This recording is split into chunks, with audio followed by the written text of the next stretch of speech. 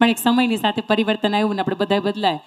પણ એ નળિયાની અંદર તમે જોયું હશે કે એકાદું નળિયું ઉડી જાય અને એકાદું કાણું ઉપરથી પડ્યું હોય ને તો ઉપરથી સૂરજનારાયણનું એક કિરણ હોય આવતું હોય નીચે સુધીને. અત્યારે જે તમને આમ રજકણ ઉડતા ઉડતા ઉડતા ઉડતા દેખાય ને આ તો પાણી છે, એટલે બાષ્પીભવન થઈ જાય, એટલી ગરમી છે એની અંદર. પણ એ જે રજકણ ઉડતા ઉડતા દેખાય એને તમે એનું નાના હતા ને ત્યારે બહુ પકડતા, પણ એ પકડાતા નહીં. બોલો હા કે ના? હા, આમાં તો હા પાડશો જ ને. આ તો રમતનું સાધન હતું આપણું. માં બરોબર 12-12:30 વાગે રોટલો ઘડતી હોય, એની બાજુમાં આપણે થાળી લઈને બેઠા હોય કે પેલો રોટલો ઘડાય એટલી વાર છે કે મને દઈ દે. અને એ સમયની અંદર ઓલો બરાબરથી ચાંદડું નીચે પડતું હોય ને ઘડીકની અંદર રમતમાં આપણે જીવ પોરવાઈ જાય એટલે ઓલા માનો રોટલો ચડી જાય. પણ એની વચ્ચે સંગઠન નહોતું. એ જે નાના નાના નાના નાના રજકણો ઉડતા હતા ને એની વચ્ચે સંપ નહોતો. એની વચ્ચે સંપ થયો ને એટલે એમાંથી માટીનું સર્જન થયું. તમે 8-10 દિવસ ઘર બંધ કરીને વયા જાઓ અને તમે 10-15 દિવસ પછી તમારું ઘર ખોલો એટલે સૌથી પહેલાં તમારે સાવણી લેવી પડે. શું કામ? એ નાના નાના રજકણ હતા એની વચ્ચે સંપ થયો એટલે એમાંથી માટીનું સર્જન થયું.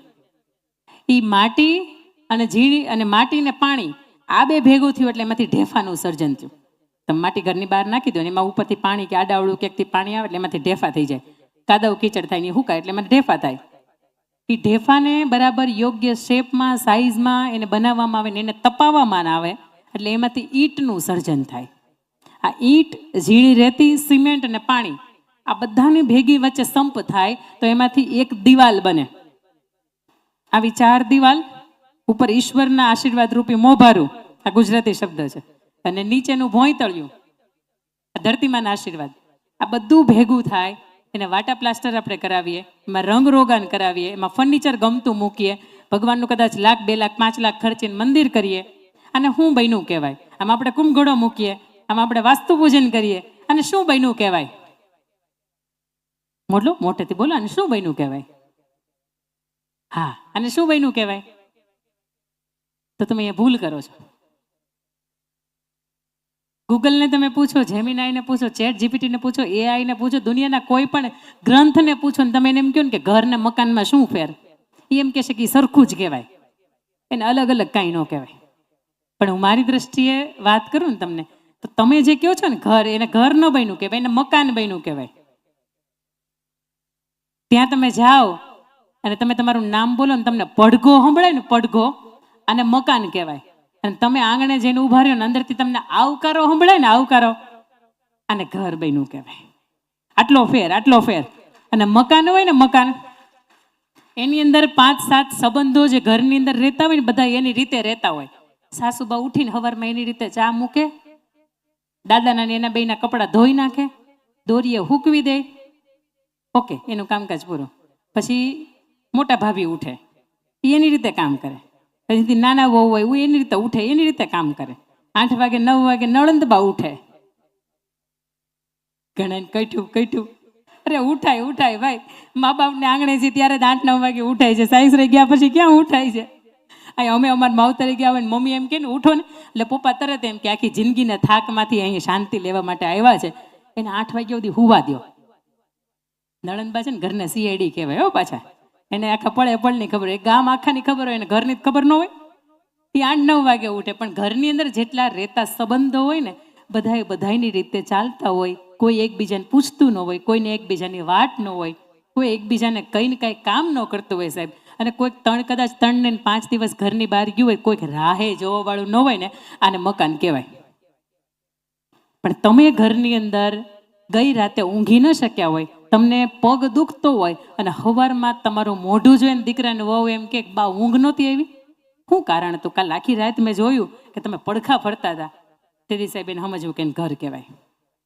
તમે ઘરની બહાર ઊંઘડું એક ઓળંગવાના હોય ને, આ ઉમરું હોય ને, તમે ઓળંગીના બહાર જવાના હોય ને તો તમે 10 વ્યક્તિને કહેતા જાઓ કે ભાઈ બાજુમાં જ જાઉં છું, હમણાં આવું, અહીં બાજુમાં જ જાઉં છું, તમારે આવવું છે? આવું જે કહીને જાય ને આને ઘર કહેવાય.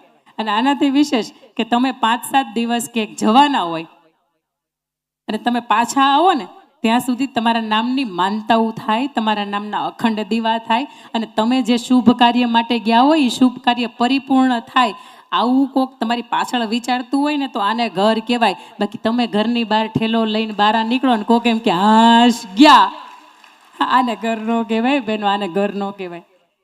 ઘર તો એને કહેવાય. તમે એનું હાંજ પડે, હાંજ થાય ને તો જેમ પક્ષીઓનો કલરવ શાંત થઈ જાય ને એને માળે જાય ને, એમાં આપણો માળો જ્યારે ભેગો થાય ને તો આપણે રાહ જોતા હોય કે હજી કેમ ન આવ્યા.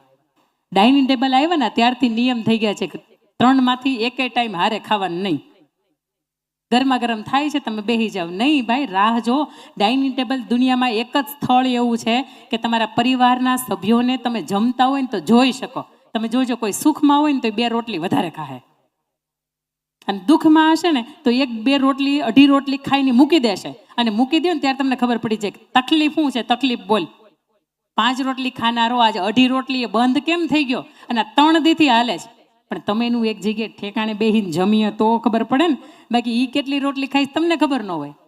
એ કઈ બ્રાન્ડના કપડાં પહેરે છે ખબર હોય, કઈ બ્રાન્ડની ઘડિયાળું પહેરે છે બધી ખબર હોય આપણને, પણ એ કેટલું ખાય છે ન્યા સરવાળો તો કે 0 થઈ જાય. પણ સાહેબ મકાનમાં અને ઘરમાં એટલો ફેર છે કે મકાન હોય ને ત્યાં માત્ર 4 દિવાલ ઊભી હોય, રંગ રોગાન હોય, 2-5 લાખનું મકાન હોય તો એની અંદર સુંદર મજાનો કલર કર્યો હોય, 2-5 લાખનું કદાચ મંદિર તમે બનાવ્યું હોય, અને એનાથી વિશેષ તમને ગમતી વસ્તુ દરેક વસ્તુ સજાવી હોય. પણ સાહેબ ઘર એને કહેવાય ભલે નાનું હોય પણ એની અંદર 5, 7, 10, 12, 15 વ્યક્તિ જે પણ રહેતા હોય ને બધાની વચ્ચે હૂંફ હોય, લાગણી હોય, સંવેદના હોય અને પરસ્પર પ્રેમ હોય. અને એકને તકલીફ થાય ને આખે આખું ઘર એની તકલીફમાં ઊભું હોય ને સાહેબ આને ઘર કહેવાય. અને તમારે જો મકાન હોય ને તો આપને મારે 2 હાથ જોડીને વિનંતી કરવી છે કે આવા સેવા યજ્ઞ, પારાયણ યજ્ઞની અંદર આવો છો ને તો સાહેબ આપણે મકાનમાંથી આપણું ઘર બને ને આવો પ્રયત્ન કરીએ. તો ઘર કોને કહેવાય વાત થઈ. ઘરની અંદર 4 દિવાલ હોય. હવે એ વાતને મારે કેન્દ્રમાં રાખીને આપની વચ્ચે વાત કરવી છે કે ઘરની અંદર ચલો સમજ્યા કે 4 દિવાલ હોય તો 4 દિવાલ કોણ હોય. ઘરની પહેલી દિવાલ તો કે કોણ, આપણામાંથી ઘરની પહેલી દિવાલ કોણ, બીજી દિવાલ તો ઘરની બીજી દિવાલ કોણ, ઘરની ત્રીજી દિવાલ કોણ, અને ઘરની ચોથી દિવાલ કોણ. તમે આજ સુધીમાં જોયું છે શક્તિશાળી ઘર હોય ને એનો વાર લોકો આગળથી ન કરવા આવે, એનો પાછળથી વાર કરે.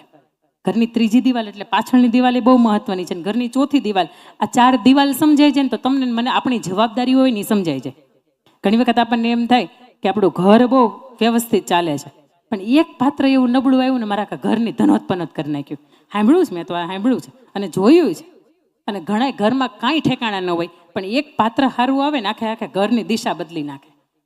ઘરને આંગણે કોઈ મહંતને આવવાનું મન ન થતું હોય પણ એ ઘર એવું કરી નાખે કે રોજ સવાર સાંજ સુંદર મજાની કથા થાય, સત્સંગ થાય, પારાયણ થાય, સુંદર મજાના ભગવાનના અભિષેક થતા હોય. આવા ઘર હોય ને સાહેબ તો એ ઘરને આંગણે તમને મને જવું ગમે. પણ ઘરની પહેલી દિવાલ એટલે કોણ, આની 4 દિવાલની વિશેષ મારે વિસ્તૃત આપની વચ્ચે વાત કરવી છે. અને જો તમને અંદરથી સમજાય ને કે આ વાત મારા માટેની છે તો ચોક્કસ આ વાત છે ને એને તમે ઘરે લઈને જાજો. અમારા ભાઈઓ ખીચા રાખે એનું કારણ એ કે એકાદી વાત ખીચામાં ભરાઈ જાય, પણ અમે ખીચા નથી રાખતા. પણ એકાદી વાત અમારા હૃદયની અંદર ઉતરી જાય ને તોય અમારું આ કાફી છે. આજનો આ યજ્ઞની અંદર સાંજે તમે હું ભેગા થયા છે એનું એક જ માત્ર કારણ છે, તમારા હૃદયના દ્વાર ખુલ્લા રાખજો, મારે ગુલાબજાંબુ પીરસવા છે. પણ તમારા પાસે પાત્ર તો હોવું જોઈએ ને. પણ ધાર થાય અને તમારે મારા બેયના કપડાં બગડે એવું નથી કરવું આપણે, મારે ગુલાબજાંબુ જ પીરસવા છે. પણ તમારી અંદર એ પાત્રતા તો હોવી હશે ને. મને એવું લાગે છે કે નહીં, નસીબ પરને આંગણે અહીંયા આવવાનું થયું છે ને અહીંથી જેટલી પણ વાતો થશે ને એ વાત ચોક્કસ આપણા હૃદય સુધી જશે. ચોક્કસ ક્યાંક આપણા જીવનની અંદર એ સુધારો લાવવાની વાત હશે ને તો આવશે. આજે ઘણા લોકો છે ને આજે અહીં સાંભળવા આવ્યા છે, ઘણા લોકો સમજવા આવ્યા છે, ઘણા લોકો સ્વીકારવા આવ્યા છે. હા હું આવો જ છું અથવા તો હું આવી જ છું. અને ઘણા લોકો એવા છે કે જે સુધરવા એવા છે. ક્યાંક પરિવર્તન મારી અંદર લાવવાની જરૂર છે તો હું ચોક્કસ બેન પ્રયત્ન કરીશ કે મારા જીવનની અંદર એ પરિવર્તન આવે.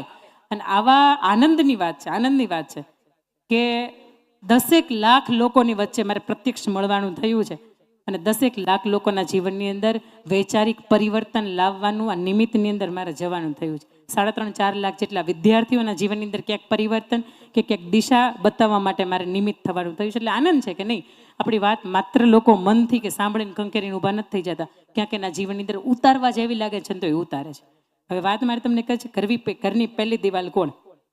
તમે જોજો કોઈ પણ વસ્તુ હશે ને લગભગ ચોરસ હશે, એટલે 4 દિવાલ હોય ને તો એનું સમતોલન છે ને સરસ રીતે જળવાઈ રહે. આ ટ્રાયપોડની વાત નથી કરતી, આ ટેબલ તો કે ચોરસ છે, આખું આમ કથા મંડપ તો કે લંબચોરસ કે ચોરસ છે તો 4 દિવાલ. આ મંડપ તો કે ચોરસ છે, આગળ વક્તાની સેટી છે તો કે એ ચોરસ છે, વ્યાસપીઠ છે એ ચોરસ છે, પાછળની દિવાલ તો કે એ લંબચોરસ છે. 4 ખૂણા છે અથવા તો એની 4 દિવાલ છે.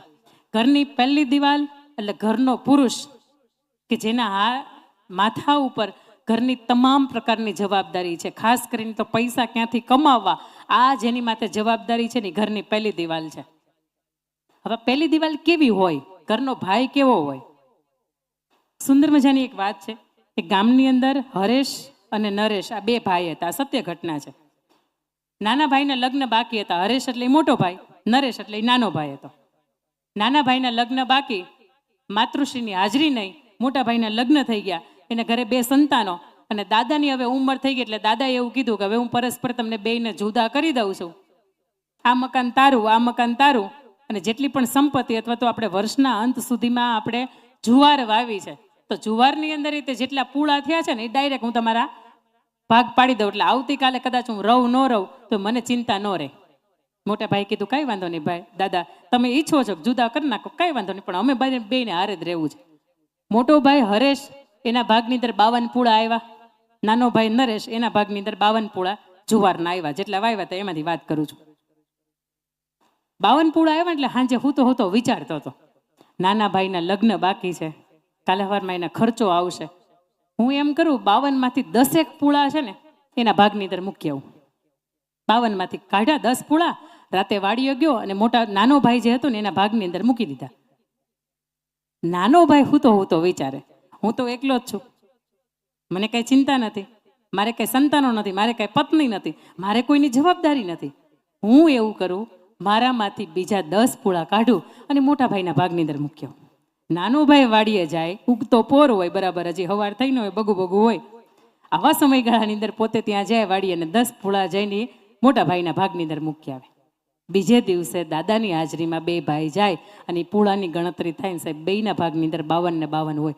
મોટા ભાઈને એમ થાય કે મેં મારામાંથી 10 નાખ્યા હતા એનામાં વૈધા કેમ નહીં, અને નાના ભાઈને અંદરથી એમ થાય કે મેં મારા ભાગમાંથી 10 એનામાં નાખ્યા હતા તો વૈધા કેમ નહીં. અને 2 ભાઈઓથી ભેગા થઈને એવું કીધું હતું કે મને તારું દુઃખ દેખાતું હતું, કારણ કે તારે 2 સંતાનો હતા, તારે પત્ની હતી, તારે દાદાની સેવા હતી, અને મોટો ભાઈ તરત એમ કહે છે મને તારું દુઃખ દેખાતું હતું, અત્યારે મારું તોય ગાડું હાલે છે, પણ તારે હજી લગ્ન બાકી છે, સંતાનો બાકી છે, તારે ભવિષ્યમાં ખર્ચો લાગશે, તો મને એમ થયું કે મારામાંથી થોડુંક તને આપી દઉં. સાહેબ તને આપી દેવું ને, આ વાત રામાયણ તમને મને શીખવે છે. 14 વર્ષની એક ગાદી હતી, માત્ર ચરણ પદુકા ઉપર હાલી, અને હસ્તિનાપુરની ગાદી તમે જો ભાઈઓ સામે આવી ગયા.